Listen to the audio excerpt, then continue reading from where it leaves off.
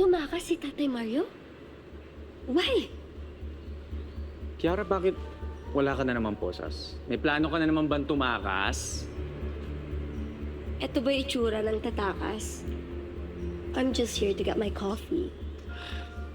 Walang bakit lagi na natatakasan tong safe house. Oh my God. Sweetheart naman, bakit mo tinanggal yung posas mo?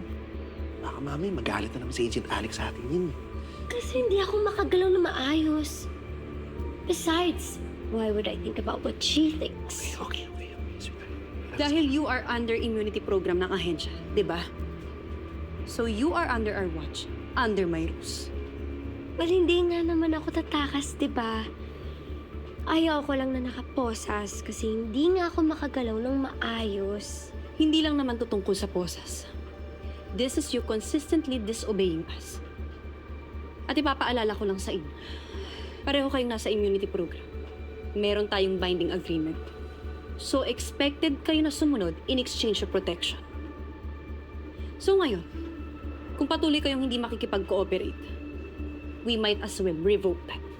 Ikaw naman, Alex, huwag naman ganun. Aminado naman kami. Oo, sumasablay kami, pero babawi naman kami, di ba? Huwag mo lang bawiin yung immunity namin ng pamilya ko. Saka, sweetheart, magko-cooperate naman tayo, di ba? Di ba? Magko-cooperate tayo kung fair sila.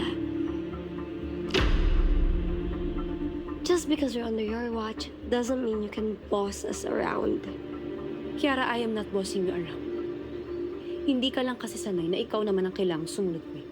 Oh, kaya nga, Alex, di ba? Mag-restart tayo. Mag-restart tayo at mag-refresh muna tayo. Let's just focus on our goal, okay? Paalala ko lang, nagmamadali sila Morte Bianca. Kaya dapat tayo rin, nagsa-strategize na rin, di ba? Okay, sure. But speaking of a refresher, why don't you explain to us bakit nakatakas ang tatay mo? Nakatakas si Mang Mario? Mikoy, alam mo ba to? No. Hello mga kapatid! Ako si Enrique Hill ng A Secret in Craft. Mas lumalalim ang sekreto sa bawat episode. Kaya pa ba? Kung kaya pa, mag-click na sa next video at mag-subscribe na sa TV5 YouTube channel. Let's go! Now na!